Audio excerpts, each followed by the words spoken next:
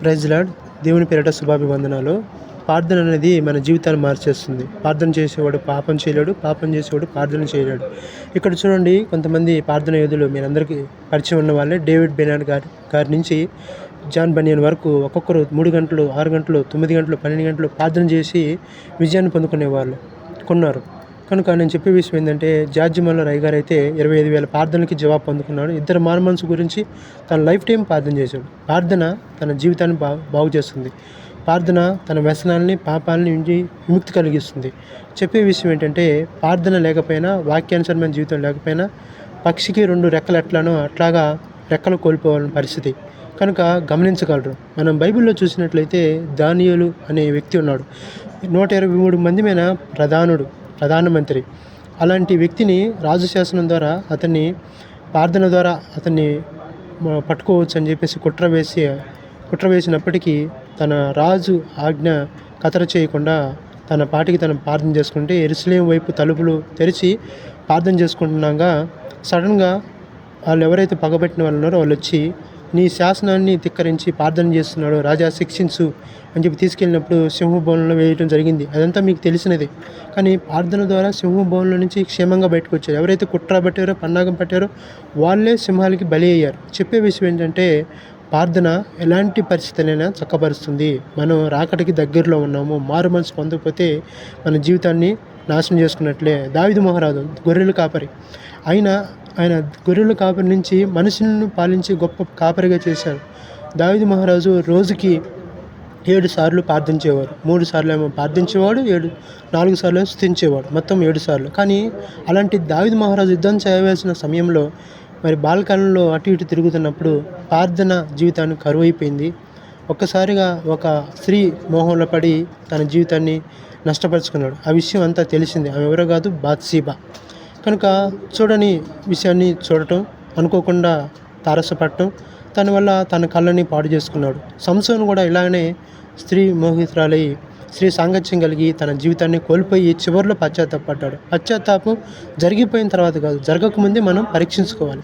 దావీదు మహారాజు ఏ విధంగా అయితే తను చేసిన పాపానికి, తను చేసిన ఆజ్ఞను ధిక్కరించినందున దేవుడి ఆజ్ఞ చేసి ఆ పొరుగువాని భార్యని కూడటం వల్ల దానికి పరిహారంగా తన కుటుంబంలో చాలా సంఘటనలు చోటు చేసుకున్నారు. తర్వాత శిక్షింపబడ్డ తర్వాత మారు మనసు పొంది పశ్చాత్తాపం ద్వారా తను మళ్ళీ రాజ్యాన్ని స్థిరపరచుకున్నారు. బిలాము అయితే గార్ధబము స్వరం ద్వారా మాట్లాడినప్పటికీ, మరి దేవదూత ఖండించినప్పటికీ అతను విన్నట్టుగా అజ్ఞానంగా తన యొక్క జీవితాన్ని ఈ లోకాశలకి లోబడి తన జీవితాన్ని బలి చేసుకున్నాడు. బిలాము వలె కాక సరి అయిన విధంగా మనం భయభక్తులతో ప్రతిరోజు కుటుంబ ప్రార్థన, ఉదయము సాయంత్రము, ఎవరు కానీ పేకాడటం కానీ, తాగుబోతులుగా ఉండటం కానీ, స్మోకింగ్ చేయటం కానీ, ఇలాంటి అన్నిటిని కూడా మనం పక్కన పెట్టేయాలి. క్రైస్తవులను చెప్పుకుంటూ అజ్ఞానంగా ప్రవర్తిస్తున్నాం. అలాంటి పరిస్థితి నుంచి బయటపడాలంటే ప్రార్థన జీవితాన్ని మారుస్తుంది. ప్రార్థన శక్తి వల్లనే శద్రకు, మిషకు, అబేద్నెగోలు రక్షింపబడ్డారు. ఆ రాజు సైతం భయపడిపోయి బెంబేలెత్తిపోయి వేసిన వాళ్ళు ఎవరైతే వాళ్ళు తగలబడ్డారు, కానీ వెంట్రుక వాసన కూడా వాళ్ళకి రాలేదు. గొప్ప దైవభక్తి ఉందని రాజే సాటి చేశాడు. ఈ దేవుడు తప్ప మరొకటి దేవుడు లేడని ఆయనే సాక్ష్యం ఇచ్చాడు. 2, 3, 4 వచ్చారు. కనుక ప్రార్థన ద్వారానే జయించగలం. ప్రార్థన ద్వారానే జయించగలిగిన వ్యక్తి ఎవరైనా ఉన్నారంటే మనం చాలామంది చూసుకోవచ్చు. కానీ సంసోను మాత్రం స్త్రీ వ్యామోహంలో పడి ఎవరైతే ఆ వ్యక్తి మోహంలో పడి తన జీవితాన్ని కోల్పోవడం జరిగిందో, అదే ఆమె నమ్మి, ఆమె నా జీవితం అనుకున్న ఆమె చివరికి ఒళ్ళు గుళ్ళ చేసుకొని, గుండు చేసుకునే విధంగా తన జీవితాన్ని నాశనం చేసుకొని ఆ స్తంభాలు కట్టినప్పుడు, దేవా నన్ను జ్ఞాపకం చేసుకొని, నేను చేసిన పరిస్థితి మంచిది కాదు, తిరగలు కూడా విసిరాడు.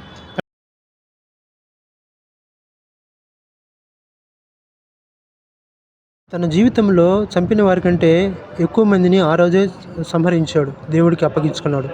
నీ కంటిలో ఉన్న దూలము నెంచుక నీ సహోదరుని కంటిలో ఉన్న నలుసుని నిలుచుట ఎలా అని వాక్యం చెప్తుంది. కనుక ఏదైనా సమస్య వచ్చినప్పుడు, ఇబ్బంది వచ్చినప్పుడు, మనకి బాధ పెట్టే వాళ్ళు ఎక్కువైనప్పుడు మోకరించి ప్రార్థన చేస్తే దేవుడు తప్పకుండా సహాయం చేస్తాడు. శత్రువులు సైతం మిత్రులుగా చేసే దేవుడు. కనుక ఎవరిని కూడా మనం తీర్పు తెచ్చకూడదు, ఎవరిని కూడా మాట్లాడకూడదు. మనకున్న దాన్ని బట్టి మనం ఉన్న ప్లేస్లో ప్రార్థన చేసుకుంటే ఏ సమస్య అయినా దాన్ని పరిష్కరించుకోగలం. కొంచెం వాక్య జ్ఞానం ఉండాలి, ప్రార్థన శక్తి ఉండాలి. కనుక ప్రార్థనలో మనం ఉండాలి, ప్రార్థన శక్తితో ఉండాలి. చూడండి, లోకంలో మన మొబైల్కి, టీవీలకి, వాటికి వినోదానికి ఇచ్చిన విలువ బైబిల్కి ఇవ్వట్లేదు. వాక్యానికి చదవటానికి, ప్రార్థన చేయడానికి సమయాన్ని గడపట్లేదు. సైతాను ఆ విధంగా ఎడిక్ట్ చేసింది. కనుక యవనస్తురాలారా ఎవరైతే ఉన్నారో, యవనులు, బిడ్డలు అందరూ కూడా త్వరలో దేవుడు రాకడ సమీపంగా ఉంది. రక్షణ పొందిన, రక్షణ మారుమనసు పొందండి. విడువబడ్డామంటే అంత ఘోర మహాపాపం ఇంకొకటి లేదు. కనుక సమయం ఉండగానే రక్షింపబడటానికి దేవుడిని అడగండి.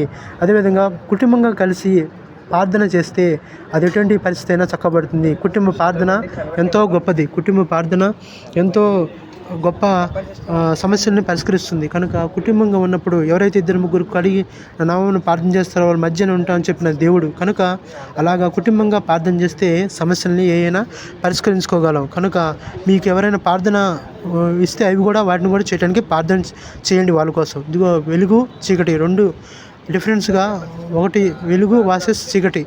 నేను పైన వెలుగు సంబంధించిన మరి గ్లోవామ్ పెట్టాను, కింద ఇక్కడ గబ్బిలానికి సంబంధించిన ఆ విషయాన్ని పెట్టాను. కనుక ఈ వాక్య ప్రకారంగా జీవిస్తే చాలు. మనం ఒకటేమో వెలుగులో నడిచే పురుగు, అది వెలుగులోనే ఆహారం వెతుక్కుంటుంది. కానీ గబ్బిలం మాత్రం చీకటిలో ఉండి చీకటి కార్యాలు నెరవేరుస్తుంది. అందువల్ల రెండింటికి డిఫరెన్స్ ఇక్కడ తెలియజేశాను. చివరికి దేవుడు రాకడ అతి సమీపంగా ఉన్నది. ఆయన ఎప్పుడు వస్తాడో, దొంగ వల్ల దొర వల్ల వస్తాడో తెలియదు. కనుక మీరు యుద్ధాల గురించి, కరువులు, భూకంపాల గురించి వింటారు. వాటి గురించి కలవరపడనీకుడి, మెలకువగా ఉండి ప్రార్థన చేయడి, శోధనలో పడకుండా ప్రార్థన చేయడి. ఆనాడు గెత్సేమనీలో శిష్యులకు చెప్పిన విధంగా ఆయన ప్రార్థన చేశాడు. వాళ్ళైతే చేయలేక నిద్రపోయారు, కానీ దేవుడు మాత్రం ప్రార్థన చేస్తూనే ఉన్నాడు. దేవుడు చివరికి దేవుడు తండ్రి అయిన దేవుడి దగ్గరికి అతను కొనిపోబడ్డాడు. కనుక మెలకువగా ఉండి ప్రార్థన చేయుడి అని వాక్యం చెప్తుంది. శోధనలో ప్రవేశించకూడదు. చివరిగా నేను చెప్పే విషయం ఏంటంటే, దేవుడు రాకడ అతి సమీపంలో ఉంది. బలి జరిగింది. మందిరం పునర్నిర్మించడానికి అన్ని ప్రయోగాలు జరుగుతున్నాయి, ప్రసన్నాలు జరుగుతున్నాయి, అన్ని విధాలుగా మాట్లాడుకున్న చర్చలు జరుగుతున్నాయి. కనుక వాటి నిమిత్తమే కాదు, కానీ మనం పరీక్షించుకుంటే మనం బుద్ధి కలిగిన కన్నికలు 2 ఉన్నారు. కనుక బుద్ధి కలిగిన కన్నికల వలె మనం రెడీగా ఉంటే, అందుకే నేను పైన నా లోగోలో కూడా అదే పెట్టాను, బీ ప్రిపేర్ అని.